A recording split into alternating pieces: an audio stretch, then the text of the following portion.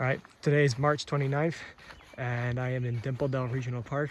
I am here today because I've gotten a bit tired of hiking in the mountains where it's barely even springtime. So I figured I'd try somewhere lower elevation where spring has had much more time to, green up the landscape a bit. This place is about 5,000 feet up or 1,500 meters for my metrically inclined friends.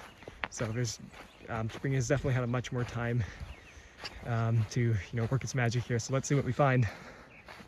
Well, I've mostly seen lots of Quercus gambelii and Artemisia tridentata around here.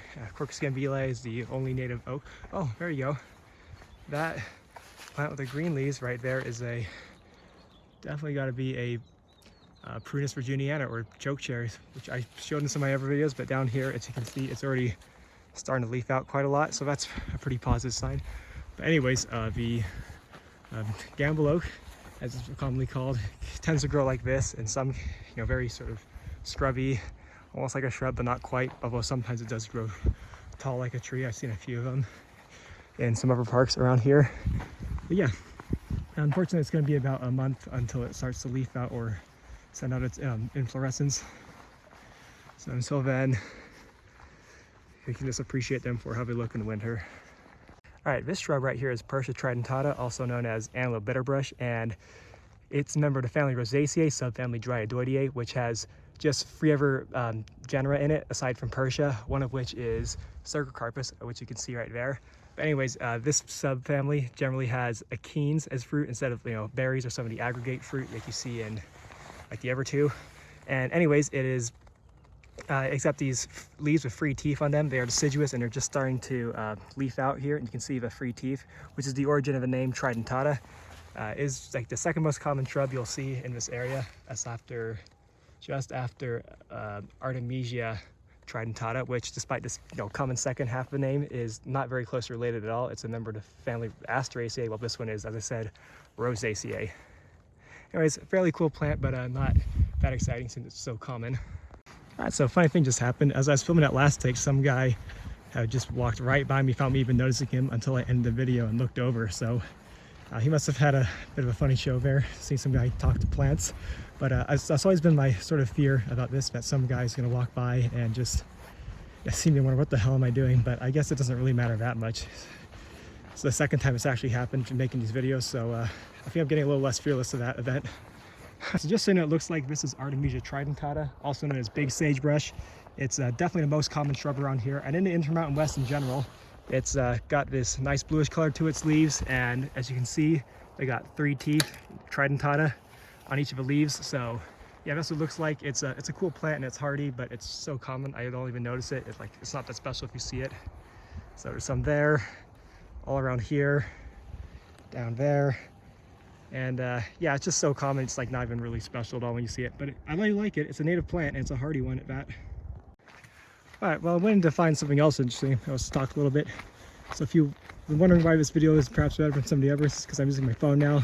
I realized my camera, the videos that it makes are not so great, so I just use my phone now until I get an actual video camera. Fortunately, the ones I want is going to be pretty expensive, but I guess if I get just even a few subscribers other than my friends who I've been sharing my videos with, I will definitely consider getting an actual camera. So I'll make sure there's some interest in these videos, because otherwise I'll just keep making them for me.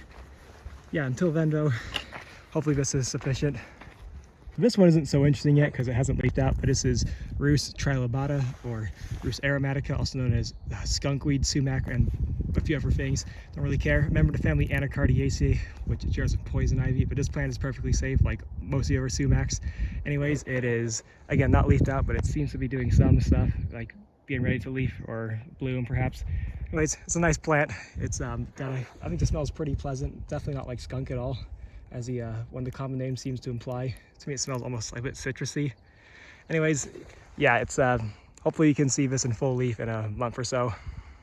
All right, I wasn't even expecting to find this plant at all. This is Ephedra viridis. I just saw it out of the corner of my eye and knew it was gonna be something good. Anyways, this is also known as mormon tea, and unlike a lot of other plants you'll find, it's a gymnosperm, which means it's basically a cone plant that isn't a conifer. So there's not a whole lot of them, and one of the few places you can find them are out in the west in the form of the Ephedras. It's Yeah, it's just a good plant in general. This is most likely viridis, as I said, because it's got these green leaves, and looking at the range of maps, it's really not a lot of ones that can be found around here. And it's got these like 2 leaves per node. Although on some of the nodes it seems like there are 3 for some reason. So I'll have to look into that, but otherwise I'm pretty sure it's viridis. And right next to it was this plant, which I wasn't thinking I'd be able to identify, aside from it almost certainly being an Amaranthacea and in particular an Atriplex. But then I saw behind it a specimen with some fruit on it, and right here, and I was able to identify it as immediately as Atriplex canescens, or fourwing saltbush. This is a pretty common plant in salty soils where other species can't compete, although I don't think this soil is too salty for it, or other plants I should say. But otherwise it's another good classic shrub of the Intermountain West. So yeah, pretty happy to find those two. I really was not expecting the Ephedra.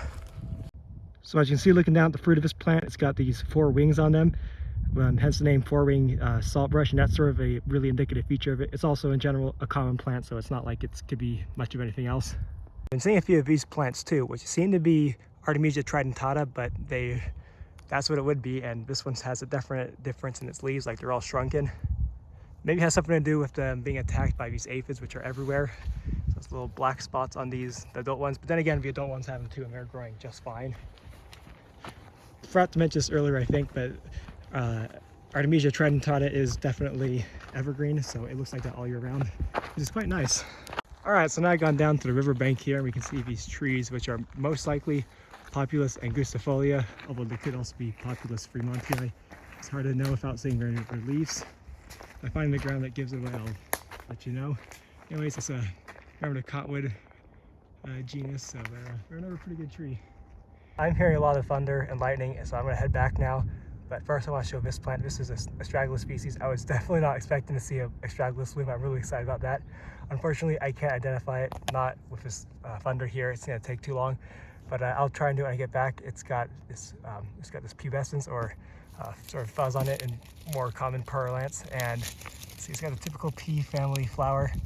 The banner right there, the 2 wing flowers, and a fused, or maybe I think actually, was it the banner that's used? I can't remember, but right there, if you open it up, it's got stamen and a superior ovary, which I can't really show very well, but yeah, that's what it looks like, and I'm pretty happy. I believe this is one of the seed pods from it too, which is fluffy on it, so I'll use that to try and identify it, but until then, yeah, I'm just really excited to see it here. Well, that looks like it's gonna be a lot of fun to hike back through. I'm gonna try to make this quick. I was really hoping I could find a Persia virginiana, but I know there's some growing here, but I just don't think I was in the right spots to see them, but you'll see. Maybe on the way back I will come across them. The Rhus trilobata looks really green here. Again, maybe in a few weeks this place will be good too. I was hoping this would be a really good site to film this. It's not quite ready yet here, I don't think. 2 more weeks.